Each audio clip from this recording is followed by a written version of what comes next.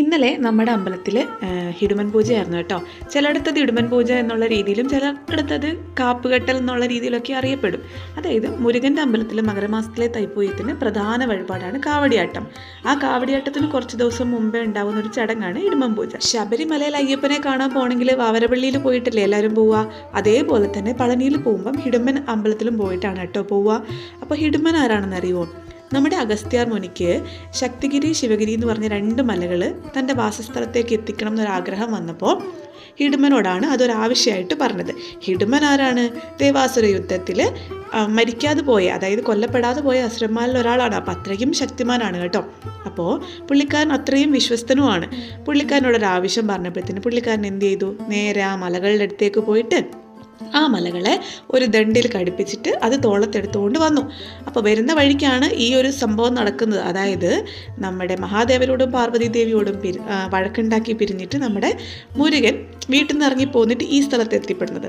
അപ്പോൾ അവർ രണ്ടുകൂടെ, മുരുകനും ഹിടുമ്പനും കൂടെ ചെറിയ തോതിലൊരു തർക്കമൊക്കെയായി. മുരുകൻ പറഞ്ഞു, എനിക്ക് ഈ മല വേണം, എൻ്റെയാണ് ഈ മല എന്ന്. ഹിടുമ്പൻ അത്ര വിശ്വസ്തനാണല്ലോ, ഇല്ല ഇത് അഗസ്ത്യാർ മുനിക്ക് കൊടുക്കാനുള്ളതാണെന്ന് പറഞ്ഞിട്ട് പുള്ളിക്കാരനും തർക്കിക്കാൻ തുടങ്ങി. അങ്ങനെ വഴക്കായി. വഴക്കിൻ്റെ അവസാനം യുദ്ധമായി. യുദ്ധത്തിൻ്റെ അവസാനം ഹിടുമ്പൻ മരിക്കപ്പെടുകയാണ്. മരിച്ചതിന് ശേഷം ഹിടുമ്പൻ്റെ വൈഫ് വന്നിട്ട്, ഹിടുമ്പി പുള്ളിക്കാരി വന്നിട്ട് മുരുകനെ കാര്യമായിട്ട് കൺവിൻസ് ചെയ്യാണ്. പുള്ളിക്കാരൻ ഭയങ്കര വിശ്വസ്തനാണ്, അങ്ങനെ ഇങ്ങനെ എന്നൊക്കെ പറഞ്ഞിട്ട്. അപ്പോൾ അതിലൊക്കെ കൺവിൻസ്ഡ് ആയിട്ട് നമ്മുടെ മുരുകൻ എന്ത് ചെയ്തു?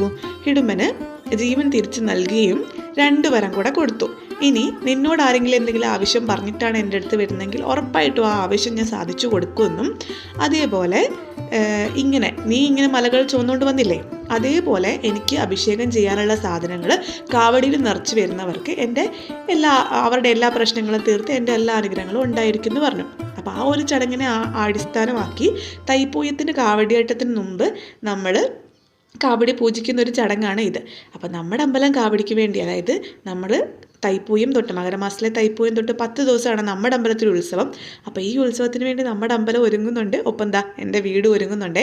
എനിക്ക് പളനിമലയിലേക്കാട്ടിലും കുറച്ചും കൂടി ഇമ്പോർട്ടൻ്റ് എൻ്റെ അമ്പലം ആവാൻ കാരണം ഇതൊക്കെ തന്നെയാണ്. കാരണം നമ്മുടെ ജീവിതം തുടങ്ങിയത് അമ്പലവും വീടുമായിട്ട് തന്നെയാണല്ലോ.